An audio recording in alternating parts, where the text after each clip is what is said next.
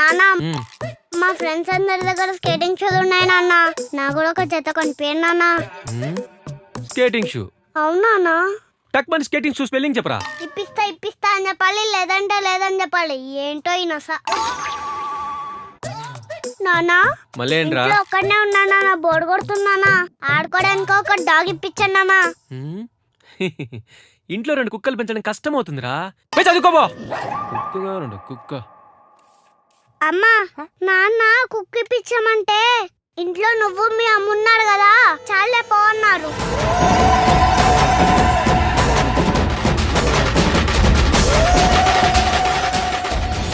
ఏమండి, మీరు కొంచెం లోపలికి వస్తారా? దేనికే? మీతో మాట్లాడాలి. వస్తున్నా ఉండు. కొట్టకే, ఎందుకే కొడుతున్నావు? కొట్టకే. నాన్న, స్కూల్లో అందరినీ వండర్లా ట్రిప్ కి తీసుకెళ్తున్నారు, నేను కూడా వెళ్తాను నాన్న. వండర్లా స్పెల్లింగ్ చెప్పాలా? వద్దులే గాని టక్ మన్ 2000కి ఎన్ని సున్నాలంటే చెప్పరా. నాన్న టక్కుమని చెప్పమంటే ఎలా నాన్న? కొంచెం టైం ఇవ్వండి కదా టైం తీసుకొని చెప్పరా. నాన్న, బండ్రేలా వదిలే కానీ ఇంట్లో సెండ్రెల్లా ఆడుకుంటాను, వదిలే నాన్న.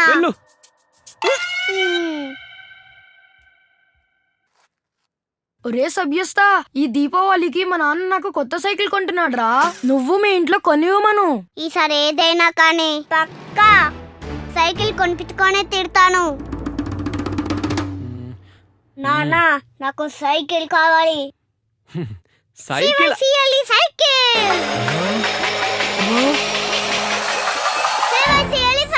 సైకిల్ కి 8000 అవుతుంది. 8000కి 3 సున్నాలు ఉంటాయి. ఇంగ్లీష్ లో 8000 అంటారు. 8000 కి 3 సున్నాలు ఉంటాయి. నాన్న, చాలా పానిండాలో ఇంకా చెప్పమంటావా? రేపు కొనిస్తాను సైకిల్, వెళ్ళు.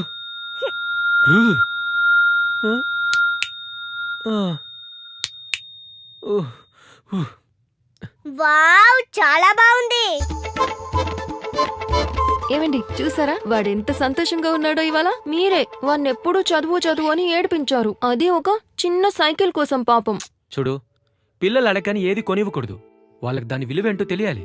కష్టం అంటే ఏంటో వివరించి చెప్తే చిన్నతనంలో వాళ్ళకి అర్థం కాదు. అట్లీస్ట్ బాగా చదువుకుంటే నాన్న సైకిల్ కొనిస్తాడు, అమ్మ బట్టలు కొనిస్తుందని కనీసం ట్రై చేస్తాడు.